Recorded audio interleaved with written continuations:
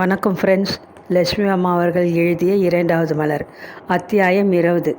அன்று காலை வசுந்தரா வழக்கம் போல தொழிற்சாலையை சுற்றி பார்வையிட்டு கொண்டு வந்தாள். காட்டேஜில் வாங்கி போட்டிருந்த புத்தம் புதிய இயந்திரம் இயங்காது தகராறு செய்து கொண்டிருந்தது. அதை இயக்கிக் கொண்டிருந்தவர் என்ன கோளாறு ஏற்பட்டிருக்கிறது என்பதை புரிந்து கொள்ள முடியாது. எந்திரத்தின் பல பகுதிகளிலும் விரல்களால் தொட்டு தடவி கருப்பாகி போன கை விரல்களை துணையில் துடைத்து கொண்டு விழித்தபடி நின்று கொண்டிருந்தார். இயந்திரங்களை கவனிக்க தொழிற்சாலை அமர்த்திருந்த நிபுணருக்கும் எதுவும் பிடிபடவில்லை. அந்த எந்திரத்தை வாங்க அவள் வங்கியில் கடன் எடுத்திருந்தாள். மிக விரைவில் அந்த கடனை அடைத்துவிட முடியும் என்று அவள் போட்ட கணக்கு தவறிவிட்டது. ஒரு வாரத்திற்குள் வட்டியை விழுங்கி கொண்டு எந்திரம் செத்து கிடந்தது. அதற்கு உயிர் கொடுக்க பம்பாயிலிருந்து எந்திரம் பழுது பார்க்கும் நிபுணர் ஒருவரை வரவழைக்க வேண்டும் என்று செயலாளர் சொன்னபோது அவள் கோபத்தில் கொதித்து போனாள். அந்த காரியத்தை முதல் நாளே செய்திருந்தால் உற்பத்தி நின்று போயிருக்காதே. அதனால் எத்தனை நஷ்டம் ஏற்பட்டிருக்கிறது. வர வர சாமசிவத்தின் மூளை மழுங்கி கொண்டு வருகிறது என அவர் மீது வெறுப்பு பொங்கி கொண்டு வந்தது. முன்போல அவரை அவள் அதட்டி பேச முடியவில்லை. நீண்ட காலமாக வேலை செய்யும் தகுதியில் சாம்பசிவம் அவளிடம் வாயாடி தொடங்கிவிட்டிருந்தார். சாம்பசிவத்திற்கு அவரது தொழிற்சாலையை பற்றி சகலமும் தெரிந்திருந்தது. அதிகம் அதட்டி பேசினால் மனிதன் எதிர்த்து கொள்ளலாமே.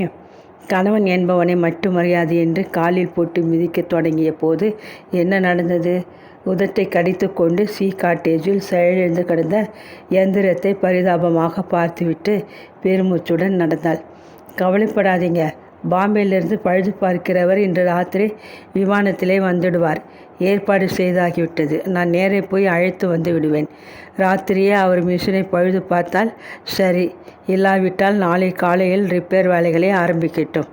அதுவரை அவர் தங்குவதற்கு நல்ல ஹோட்டலில் அறை எடுத்து கொடுத்து விடுகிறேன்.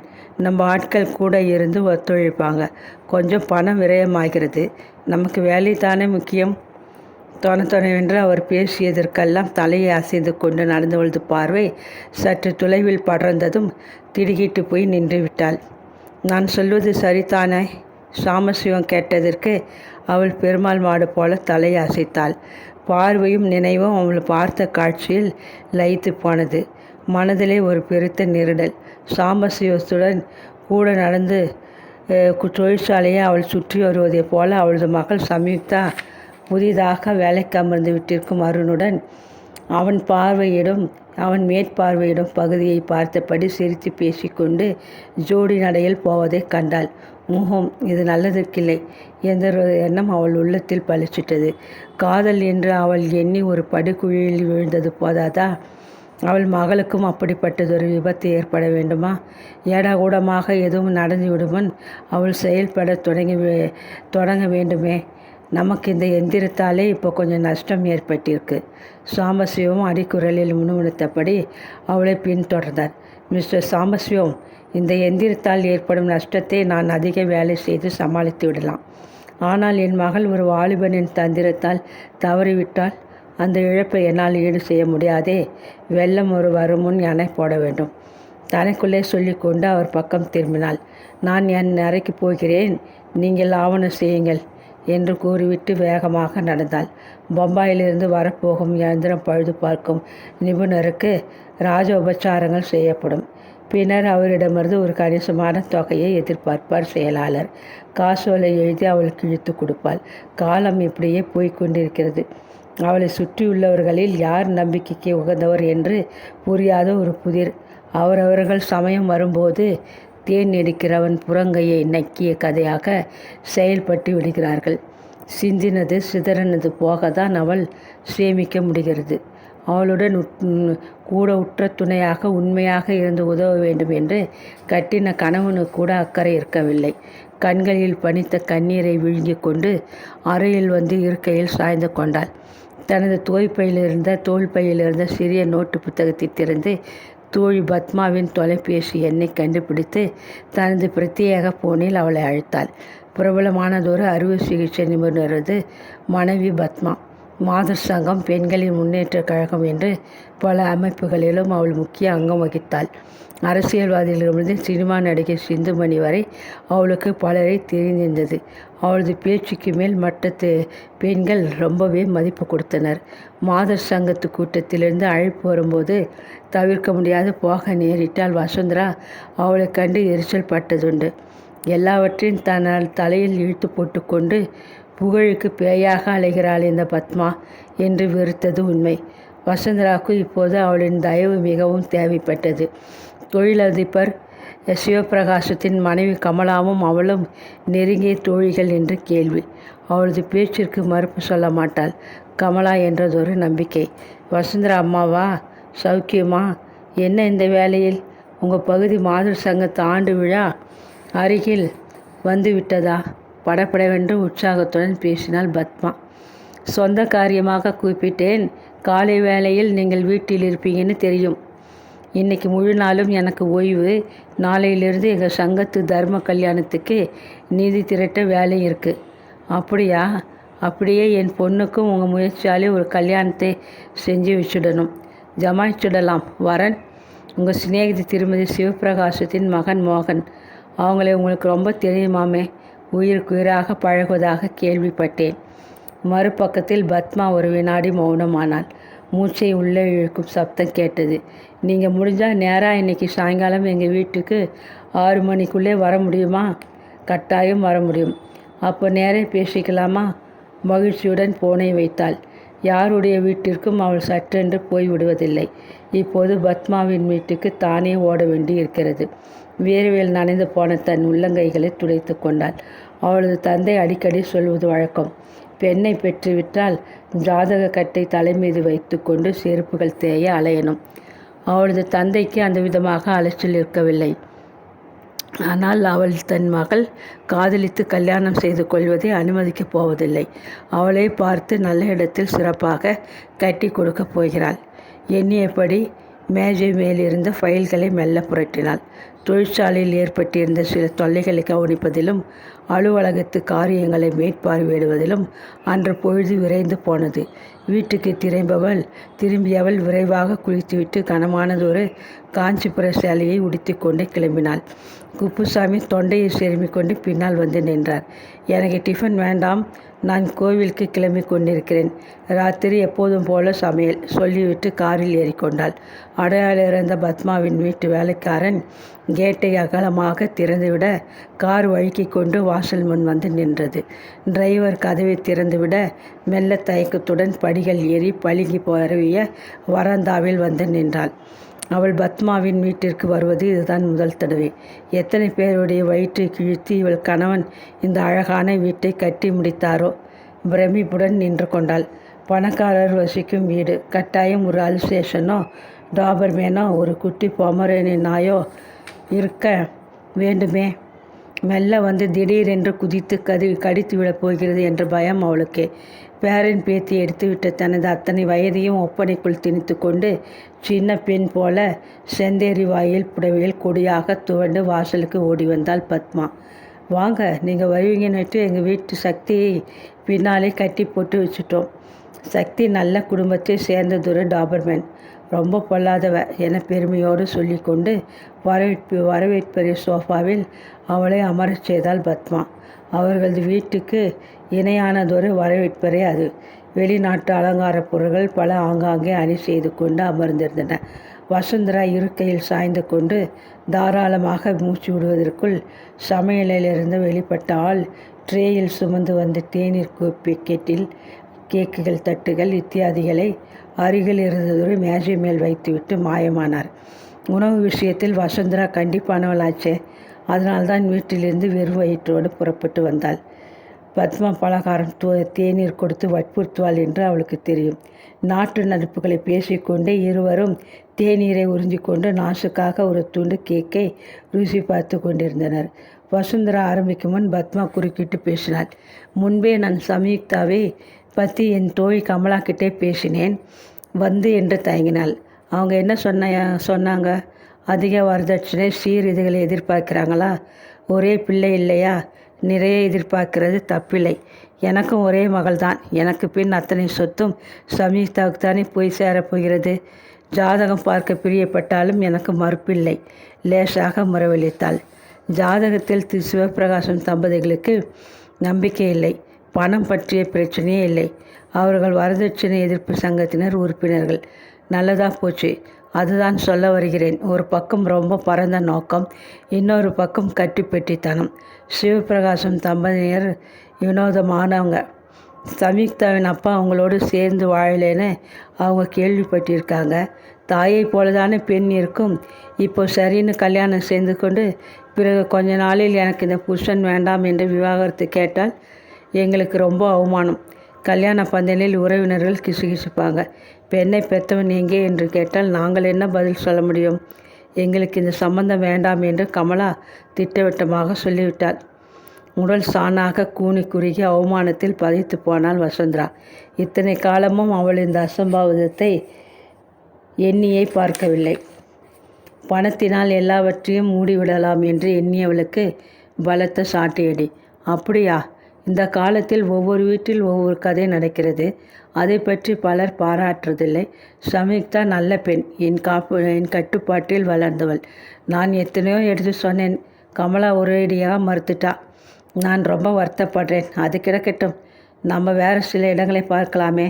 நம்ம மாதர் சங்கத்து உறுப்பினர் சீதாவை தெரியும் இல்லையா? அவளது இரண்டாவது பிள்ளை சுந்தரத்துக்கு பார்க்கலாமா? நாக்கை கடித்து கொண்டாள் வசுந்தரா. அவளது அந்தஸ்து என்ன? சீதாவின் நிலை என்ன? அவளது கணவன் பெருத்த குடிகாரன் என்பது ஊர் அறிந்த சங்கதி. சீதாவின் மூத்த மகன் தன் மனைவியோடு தனி குடுத்தம் செய்கிறான். இளைய பிள்ளையை பற்றி நல்லதாக பேசப்படவில்லை. அவர்களது பிளாஸ்டிக் பொருள் தயாரிப்பு நிறுவனம் மூக்கு வரை கடனில் மூழ்கி கிடக்கிறது. அந்த இடத்தில் அவள் மகளை தள்ள பார்க்கிறாளே பத்மா. ஆவேசமாக எழுந்த கோபத்தை அடக்கி கொண்டு கை கடிகாரத்தை பார்த்தாள். நேரம் 6 மணியாகி சில நிமிடங்கள் விட்டிருந்தது. நான் கோயிலுக்கு போய்விட்டு பிறகுதான் வீட்டுக்கு போகணும். சீதா விட்டு வர்ணை பற்றி யோசித்து சொல்கிறேன். மென்மையாக முறவளித்துவிட்டு காரில் ஏறிக்கொண்டாள். உடல் அனலாக எரிந்தது. நெஞ்சு பதைத்தது. பாவி மனிதன் அவளை தீராத அவமானத்தில் ஆழ்த்திவிட்டு ஓடி போய்விட்டாரே. கணவனை உள்ளூர நொந்து கொண்டாள். கடற்கரையோரம் சற்று நேரம் அமைதியாக இருந்துவிட்டு வீடு திரும்ப விரும்பினாள். காரை நிறுத்தி டிரைவர் அவள் இறங்க கதவை திறந்துவிட்டு உபசரித்தார். கடல் மணலில் கொஞ்ச நேரம் உட்கார்ந்துட்டு வரேன். ஒரு பக்கம் காரை நிறுத்தி வைங்கோ உத்தரவிட்டு விட்டு அவள் மணல் பரப்பை நோக்கி நடந்தாள். பரவி கொண்டு வந்த இருளை ஒட்ட விடாது வெளிச்சம் இன்னமும் போக முரண்டு கொண்டிருந்த பொன்மாலை பொழுது. கடற்காற்றின் சுகத்தை அனுபவித்த வண்ணம் இங்கும் அங்கும் மனித கூட்டம். ஆர்ப்பரிக்கும் கடலோடு ஈர மணலில் நின்று காலை நனைக்க துடிக்கும் குழந்தைகளின் ஆர்ப்பாட்டம் ஒரு பக்கம். வசதியானதொரு இடத்தில் அமர்ந்து கொண்டிருக்க தேடிக்கொண்டு மணல் மீது நடந்தவள் திகைப்போடு நின்று விட்டாள். ஒரு முழம் மல்லிகை சரத்தை வாங்கி தமது ஜோல்னா பையில் போட்டுக்கொண்டு திரும்பிய தாடிக்கார மனிதர் அவள் பக்கம் திரும்பியவர் அதிர்ந்து போனார். மிஸ்டர், உங்களைத்தானே என்று அவள் அதட்டி கொண்டு அருகில் வரும் முன் அந்த மனிதர் வேகமாக சாலையை நோக்கி நகர்ந்து கொண்டிருந்ததொரு பஸ்ஸிற்குள் அடைக்கலமாகி அவள் சாலையை வியப்புடன் பார்த்தாள். நேருக்கு நேர் மிக அருகில் பார்த்துவிட்டும் அவர் யார் என்று அவள் அடையாளம் காண முடியவில்லையே. என்ன விந்தை! அவளை கண்டு அவர் ஏன் மிரண்டு கொண்டு விரைய வேண்டும்? அவளை விட்டு ஓடிப்போன கணவரா அவர்? அவரை தேடிக்கொண்டு அவள் ஓட முடியுமா? பார்ப்பவர்கள் என்ன நினைப்பார்கள்? அது சரி, அந்த பூ யாருக்காக வாங்கப்பட்டது? அருகில் இருக்கும் விநாயகர் கோயிலுக்கு வாங்கி எடுத்து போகிறாரோ? இதென்ன அக்கிரமம்! இல்லை, பெரிய தூர அவலம். காதலித்து கழுத்தை நீட்டிய மனைவியான அவளுக்கு தம்மோடு கொஞ்ச காலம் வாழ்ந்த கணவரை அடையாளம் கொண்டு இயலவில்லையே. அவர் வேறு யாராவது இருந்துவிட்டால், ஏதோ ஒரு காரணம் பற்றி அவர் பயந்து கொண்டு மறைந்து கொள்கிறார் என்றால், அவர் தன் கணவரை இன்றி தவறாக பின்தொடர்வது எத்தனை பெரிய அசிங்கம்! வீட்டை நோக்கி கார் விரைய அவள் மனம் கடந்த காலத்து நிகழ்ச்சிகள் பலவற்றை நோக்கி விரைந்து கொண்டிருந்தது. அத்தியாயம் 21. அன்று ஞாயிற்றுக்கிழமை காலை பொழுதே பூபதி தம் குடும்பத்துடன் அங்கு வந்து நாள் முழுவதும் தங்கிவிட்டு போவது என்று ஏற்பாடு. அந்த மழை நாள் அன்று அங்கு வந்திருந்த பூபதியிடம் கோதை வற்புறுத்தியிருந்தாள். மனைவியையும் குழந்தையையும் அழைத்து வருவதாக சொல்லி கொண்டிருக்கீங்க தம்பி. இந்த ஞாயிற்றுக்கிழமை கூட்டி வாருங்களேன். அவளது அன்பு கட்டளை மீற முடியாது. அவர் ஒப்புக்கொண்டு விட்டிருந்தார். மாலை காஃபி டிஃபனுக்கு நான் பலகார கடையிலிருந்து இனிப்பும் காரமும் வாங்கி கொண்டு வந்திருக்கிறேன். கொஞ்சம் கடை தெரு வரை போய் நீ சமையலுக்கு வேண்டியதை வாங்கிட்டு வர முடியுமா? மகனை கேட்டாள். தேவைப்பட்டதை சொல்லுங்கள், வாங்கிட்டு வரேன் என்றபடி கொடியில் கிடந்த சட்டையை எடுத்து அவசரமாக அணிந்து கொண்டு முடியை சீராக்கி கொள்ள துவங்கினான் அருண். இந்த காகிதத்தில் எழுதியிருக்கிற காய்கறிகளை பார்த்து வாங்கிட்டு வா. கத்திரிக்காயை வாங்கும்போது சொத்தை இல்லாமல் பிஞ்சா பார்த்து பொறுக்கி வாங்கு. குட்டை புடலங்காய் கூட்டு வைக்க ருசியாக இருக்கும். தேடி வாங்கிட்டு வா. கடையிலே சாமான்களை வாங்க இனி நீ தெரிஞ்சுக்கிறது நல்லதாச்சு. ஏன்னா எனக்கு வயசாகிட்டு வருது. கோதை புன்முரளித்தாள். அவள் சொல்ல வந்தது அவனுக்கு புரிந்துவிட்டது. நீ காலகாலத்திலே ஒரு கல்யாணம் செய்து கொண்டு எனக்கு வீட்டு வேலையிலிருந்து ஓய்வு தரணும். கல்யாணம் என்று நினைக்கும் போதே அவனது நினைவில் ஏன் சமீக்தா வந்து நிற்கிறாள்? சாத்தியமான சங்கதியாது. அம்மா கொண்டு வந்து வைத்த பிளாஸ்டிக் கூடையை தூக்கி கொண்டான்.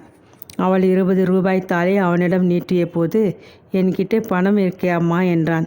வீட்டு செலவுக்குன்னு மாதம் பிறந்ததும் பணத்தை எடுத்து ஒதுக்கி வச்சிடுற பழக்கம் எனக்கு. அதுக்குள்ளே தான் எல்லா செலவுகளையும் சமாளிக்கும் என்பது என் திட்டம். விருந்தாளிகள் வராங்களே, கொஞ்சம் இன்றைக்கி கூடுதல் செலவாகுமே அம்மா. இன்றைக்கி கூடுதலாக சம்பிரதாயமாக சமைச்சு போடுவேன். நாளையும் மறுநாளும் இந்த அதிகப்படி செலவை ஈடுகட்ட சமையலை சுருக்கிக் கொள்வேன். இப்படி தான் முன்ன பின்ன இழுத்து பிடிச்சு கொண்டு போய் இத்தனை காலம் நான் குடும்பத்தை நிர்வகித்தேன். எத்தனை காலம் இந்த தேர் ஓடும் சொல்லு? புன்முறுவலுடன் மகன் கையில் வற்புறுத்தலாக பணத்தை வைத்துவிட்டு உள்ளே திரும்பினாள். கதவை தாள் போட்டுக்கோங்க, சீக்கிரம் கடைக்கு போயிட்டு வந்துடுறேன் என்றபடி மகன் கிளம்பினான். அன்று காலை பூபதி தமது குடும்பத்துடன் அங்கு வரப்போகிறார். அவர் கூறியதிலிருந்து அவருக்கு ஒரு மகன் இருக்கிறான் என்பது மட்டுமே தான் அவனுக்கு தெரியும். மிகவும் நட்புரிமை பாராட்டி பூபதி அவர்களை தேடிக்கொண்டு சில தடவைகள் அவர்கள் வீட்டுக்கு வந்து போனார். ஆனாலும் அவர் தம் வீட்டு முகவரியை சொல்லி அவர்களை அங்கு வரும்படி அழைக்கவில்லை. தமது குடும்பத்தை பற்றி அவர் அதிகம் பேசியதே இல்லை. தோண்டி துருவி அவர்களை பற்றி அவனும் விவரமாக எதுவும் கேட்டதில்லை. அம்மா கோதையும் விசாரித்ததில்லை. எப்படியோ முடிவில் தம் குடும்பத்துடன் அன்று வர ஒப்புக்கொண்டிருந்தார்.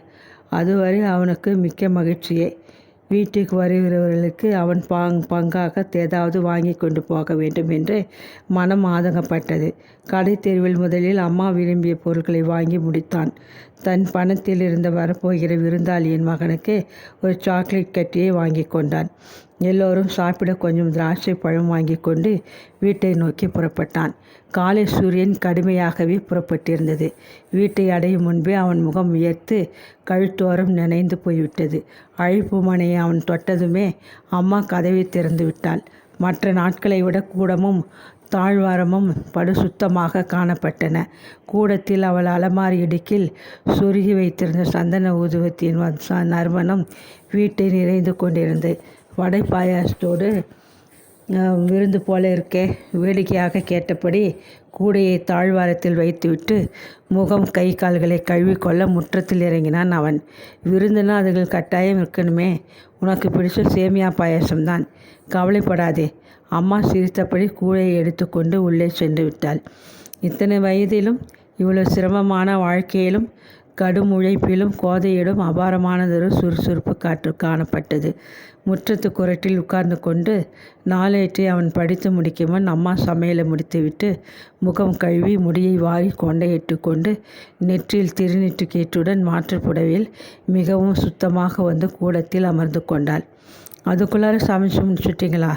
அவன் அதிசயப்பட்டான். வந்தவங்களோடு பேச முடியாமல் உள்ளுக்கும் கூடத்துக்கும் அலைஞ்சு கொண்டிருக்க எனக்கு பிடிக்காது.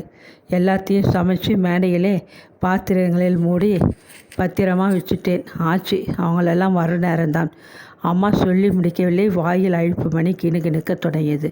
நான் போய் திறக்கிறேன் என்று பத்திரிகையை மடித்து ஒரு ஓரமாக வைத்துவிட்டு விரைந்தான் அவன். கதவை திறந்தவனுக்கு ஒரு சிறு அதிர்ச்சி. வேலைக்கு போகும் முதல் தினம் கடைத்தெருவில் துணி வாங்க சென்ற போது சந்தித்தானே, அதே பெண்மணியும் சிறுவனும் பூபதியுடன் வெளியே நின்று கொண்டிருந்தனர். அவளும் பிரமிப்புடன் அவனை நிமிர்ந்து பார்த்தாள். அங்கிள், நீங்களா? இதுவா உங்கள் வீடு என்று மகிழ்ச்சியுடன் கேட்ட சிறுவன் தன் கரங்களை நீட்டி ஆவலுடன் அவனது கரங்களை பற்றி கொண்டான். இவங்களா உங்கள் மனைவி? அன்னைக்கு நான் இவங்களை சந்திக்க நேர்ந்த சம்பவத்தை விவரித்தேன். பையன் பெயர் கார்த்திக் என்று சொன்னேன். உங்கள் குடும்பத்தாரை தான் நான் சந்தித்தேன்னு நீங்கள் அன்னைக்கு கண்டு கொள்ளவில்லையே? சிறிது மனத்தாங்களுடன் கேட்டபடி அவர்கள் உள்ளே நுழைய வழிவிட்டான் அருண். நேரில் இவங்களை சந்திக்கும் போது உனக்கு மகிழ்ச்சிகரமானதொரு அதிர்ச்சி ஏற்படணும். ஒரு சஸ்பென்ஸ் கொடுத்து உன்னை ஆனந்தப்படுத்தணும் தான் தெரியாது போல இருந்துட்டேன் சிரித்தார் பூபதி. அன்னைக்கு மட்டும் நீங்கள் சில்லறை கொடுத்து டிக்கெட் வாங்கி கொடுத்து உதவி செய்திரட்டா நான் அவமானப்பட்டு போயிருப்பேன். உங்கள் பேரை கூட நான் கேட்டுக்கலையேன்னு ரொம்ப வருத்தப்பட்டேன். அந்த நிகழ்ச்சியை இவர்கிட்ட நான் சொன்னப்ப இவர் நமக்கு உங்களை தெரியுமென்னு கொஞ்சம் கூட காட்டிக்கலை. என் கணவர் சில சமயங்களில் ரொம்ப மர்மமாகவே நடந்துப்பார் என்று புன்முறுவலுடன் பேசிய தாரா கோதைக்கு வணக்கம் சொல்லிக்கொண்டு உள்ளே வந்தாள். வாமா, உட்கார். உன் கணவர் எங்களை எப்படி சந்தித்தார், எப்படி இந்த சிநேகம் ஆரம்பிச்சென்று உன்கிட்டே சொல்லியிருக்க மாட்டார். அதே ஒரு சஸ்பென்ஸாக வச்சிருப்பார். அருண் உனக்கு உதவ நேரிட்டது எப்படி ஒரு எதிர்பாராத நிகழ்ச்சியோ அதுபோல் பூபதி தம்பி எங்கள் குடும்பத்தோடு பழக நேரிட்டது ஒரு எதிர்பாராத சம்பவம்தான். வேலைக்கு போகும் முன் கடை தெருவில் சாமான் வாங்க போன என் மகன் ஒரு விபத்துக்குள்ளாக இருந்தான். பூபதி தம்பி சட்டுன்னு கையை நீட்டி அவனை கட்டி பிடிச்சி காப்பாற்றிட்டார். நம்ம இரு குடும்பமும் நெருங்கி பழக இப்படி ஒருவருக்கொருவர் உதவி கொண்டு நட்பை ஆரம்பிக்கணும்னு இருக்குது. ஆச்சரியமாக இருக்குமா கேட்க.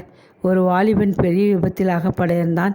அதை தவிர்க்க என்னால் உதவ முடிஞ்சதை பற்றி மகிழ்ச்சி அடைக்கிறேன்னு என்கிட்டே சொன்னார். அந்த வாலிபன் பின்னால் எங்களுக்கு உதவ போகிறாருன்னு நான் எதிர்பார்க்கலை. எந்த ஒரு நல்ல காரியத்தின் பலனும் வீணாவதில்லைன்னு பெரியவங்க சொல்லியிருக்காங்களே. நம்ம 2 குடும்பமும் நெருங்கி பழகணும்னு இருக்குது. இதெல்லாம் விட்ட குறை தொட்ட குறைன்னு சொல்லுவாங்க. உட்காருங்க எல்லோரும். தாகத்துக்கு ஏதாவது கொண்டு வரவா? அன்போடு கோதை உபசரித்தாள். ஒன்றும் வேண்டாம். உங்களுக்கு சமையலில் நான் கொஞ்சம் உதவி செய்யவா? தாரா பரிவுடன் கேட்டாள். அந்த பெண்ணை பார்த்த உடனே கோதைக்கு ரொம்பவும் பிடித்து போயிற்று. இடையில் வாயில் சேலையும் காதுகளில் முத்துத்தோடும் கைகளில் பிளாஸ்டிக் வளையலுமான அலங்காரத்தில் நெற்றி நிறைய குங்குமப்பொட்டுடன் பளிச்சென்று காணப்பட்ட அந்த பெண் வயதில் பூபதிக்கு மிகவும் இளையவளாகவே தெரிந்தாள். ஆனால் கணவன் பக்கம் திரும்பிய போதெல்லாம் அந்த பளபளத்த கண்களில் தெரிந்த கனிவு நிறையவே இருப்பதை வியப்புடன் கவனித்தாள் கோதை. பழக மிகவும் இனியவர்களாக இருக்கும் இவர்கள் இருவரும் நீண்ட நாளாக சுகமாக வாழ வேணும் மனதிற்குள்ளே பிரார்த்தித்து கொண்டாள். சாப்பாடு எல்லாம் தயாராகிட்டுதம்மா. கொஞ்சம் நேரம் பேசி கொண்டிருக்கலாம். யாருக்காவது பசித்தால் கூச்சப்படாமல் சொல்லலாம். உடனே சாப்பாடு பரிமாறப்படும் என்றால் வேடிக்கையாக. தோல் பையை திறந்து அதிலிருந்து ஒரு பொட்டலும் கல்கண்டை எடுத்து கோதையின் கையில் வைத்தாள் தாரா. இதெல்லாம் எதற்கு என்று அவள் கேட்டபோது, என் பிறந்த வீட்டுக்கு வெறுங்கையோடு வருவேனா என்றாள் பரிவுடன். கோதை நெஞ்சம் நெகிழ்ந்து போனாள். அந்த பெண்ணின் கன்னத்தை தொட்டு தன் நெற்றியுடன் சேர்ந்து விரல்களை சொடுக்கி திருஷ்டி கழிக்க வேண்டும் போல ஒரு ஆவல் தன் உள்ளத்திலே எழுவதை உணர்ந்தாள். வா, நாம் இப்படி உட்கார்ந்து பேசுவோம் என்ற கோதை காற்றோட்டமான பின்பக்கத்து நடையில் புது ஜமக்காலம் ஒன்றை விரித்து போட்டு தாராவின் கையை பற்றி அழைத்து சென்று உட்கார வைத்தாள். நாம் இங்கே உட்கார்ந்து பேசுவோம் என்று வேடிக்கையாக கூறிக்கொண்டு மகனை தன் மடி மீது வைத்து கொண்டு கூடத்து நாட்காலில் அமர்ந்தார் பூபதி. அருண் தான் வாங்கி வந்த சாக்லேட் கட்டியை கார்த்திக்கிடம் கொடுத்தான். நீங்களும் அப்பாவும் முதலில் கொஞ்சம் சாப்பிடுங்கள் என்று ஆசையுடன் குழந்தை சாக்லேட்டை பிட்டு அவர்களிடம் நீட்டிவிட்டு மீதியை தன் வாயில் திணித்து கொண்டான். சுயநலமில்லாது மிகவும் நல்ல முறையில் கார்த்திக் வளர்க்கப்பட்டிருப்பதை கண்டு வியப்புடன் அவன் முகத்தையே பார்த்த அருணது மூளையில் மின்னல் அடித்தது போன்ற ஒரு நினைவு எழுந்தது. அந்த முகத்தை எங்கேயோ பார்த்தது போல தோன்றியதன் அதிசயம் இப்போது நன்றாகவே விளங்கியது. கார்த்திக் அப்படியே தந்தையின் சாயலை உரித்து கொண்டு வந்திருந்தான். அதே கூர்மூக்கு, அலையாக சரிந்த முடி, சிரிக்கும் கண்கள், சிவந்த நிறம். அத்தோடு மட்டுமா? அவனது நினைவில் சிறு நெருடல் ஏற்படவே சற்றென்று முதல் நாள் மாலை நடந்த அந்த சிறு சம்பவத்தை நினைத்து பார்த்தான். அன்று மாலை அவனுக்கு தொழிற்சாலையில் மேற்பார்வையிடும் வேலை மிகவும் அதிகம் இருந்தது. சில நாட்களாக அந்த பகுதியை பார்வையிட சம்யுக்தா வந்து போய் கொண்டிருந்தாள். அவள் அன்றாடம் அங்கே வந்து தன்னுடன் ஜோடியாக நடந்து அந்த பகுதியை பார்வையிடுவதையும் அவளிடம் பல கேள்விகள் கேட்டு தெரிந்து கொள்வதையும் அவன் மிகவும் வரவேற்றான். அப்படியா, எனக்கு தெரியாது, ரொம்ப ஆச்சரியமாக இருக்கே என்று ஆர்ப்பரித்தபடி அவன் சொல்வதை கூர்மையாக அவள் கேட்கும்போது அவளது முகத்தில் தோன்றி மறையும் உணர்ச்சி பிரதிபலிப்புகளையும் கண்களில் மின்னும் பளபளப்பையும் மிகவும் ஊன்றி பார்த்து மகிழ்வது அவனது வழக்கமாகி விட்டிருந்தது. அந்த முகச்சாயலில் தனக்கு பழக்கமான வேறு ஒருவரின் முகச்சாயலின் ஒற்றுமையை பலமுறை கண்டு தன்னுள் வியப்படைந்திருக்கிறான். அந்த வியப்பில் ஒரு தடுமாற்றம். எப்படி அது சாத்தியமாகும் என்று இடையே ஒரு சந்தேகம் அவனை குலுக்கி கொண்டிருந்தது. அன்று மாலை அவனுடன் சம்யுக்தா அந்த பகுதி முழுவதும் சுற்றி பார்வையிட்டு கொண்டு வந்தாள். ரொம்ப நன்றி என்றபடி விடை பெற்று கொண்டு அவள் திரும்ப முற்பட்ட போது தோள் பையை திறந்து தன் கையில் இருந்த குறிப்பு நோட்டு புத்தகத்தை வைக்க முற்பட்டாள். சற்றென்று கைப்பை கை தவறி தலைக்குப்புற தரையில் விழுந்து அதிலுள்ள பொருள்கள் நாலா பக்கமும் சிதறி ஓடின. அடடா என்றபடி சற்றென்று குடிந்து அவைகளை பொறுக்கி பைக்குள் போட்டு அவனிடம் கொடுத்தான் அருண். அப்போது கவனித்தான், சற்று தூரத்தில் ஒரு பிளாஸ்டிக் உரை கிடந்தது. இங்கே ஒன்று விட்டு போச்சு என்றபடி அதை கையில் எடுத்தபோது உரைக்குள் ஒரு மனிதனின் புகைப்படம் இருப்பதை கண்டான். உரை மீது படிந்த மண்ணை தன் கையால் துடைத்து சுத்தப்படுத்தி அவளிடம் கொடுக்க நீட்டிய போது அந்த மனிதனின் முகத்தை எங்கேயோ பார்த்திருப்பது போன்ற நினைவு மனதை சுண்டெழுத்தது. ஒரு ஆண் பிள்ளையின் படத்தை தன்னுடன் அவள் வைத்து கொண்டிருப்பதை பற்றி அருண் தவறாக நினைக்கலாம் என்று எண்ணினாள் போலும். இது என் தந்தையின் புகைப்படம். பல ஆண்டுகளுக்கு முன் எடுக்கப்பட்டது. என் தந்தை எங்களோட வசிக்கவில்லை. எங்கே இருக்கிறார் என்று கூட தெரியாது. எனக்கு பிரச்சனைகள் ஏற்படும் போது இந்த படத்தை எடுத்து பார்ப்பேன். மனசுக்கு ஆறுதலாக இருக்கும். படபடவென்று கூறிவிட்டு அவள் நகர்ந்து விட்டாள். அவள் குரலில் துணித்த வேதனையை உணர்ந்து அவன் மிகவும் வருந்தினான். இவ்வளவு போக பாக்கியங்கள் நடுவே இப்படி ஒரு துயரமான பிரச்சனை இந்த பெண்ணுக்கு இருக்கிறதே. கவலையும் சங்கடமும் யாருக்கு தான் இல்லை என்று எண்ணினான். இந்த சம்பவத்தை அவன் பூபதியிடம் சொல்ல விரும்பினான். ஆனால் அவள் முகத்தை பார்த்தபோது, மடியில் இருந்த குழந்தையின் முகத்தை ஊன்றி கவனித்த போது, சம்யுக்தாவின் முகத்தை நினைவிற்கு கொண்டு வந்து ஆராய முற்பட்ட போது அவன் மனதில் திடீரென்று ஒரு கலவரம் ஏற்பட்டது. இது என்ன வேடிக்கை? அவன் மனம் குழம்பியது. அவன் முதுகை தட்டினார் பூபதி. ஒன்றுமில்லை, கார்த்திகிடம் அம்மாவை விட அப்பாவின் சாயல்தான் அதிகம்னு மனதில் தோணித்து, அவ்வளவுதான் என்று சமாளித்தான்.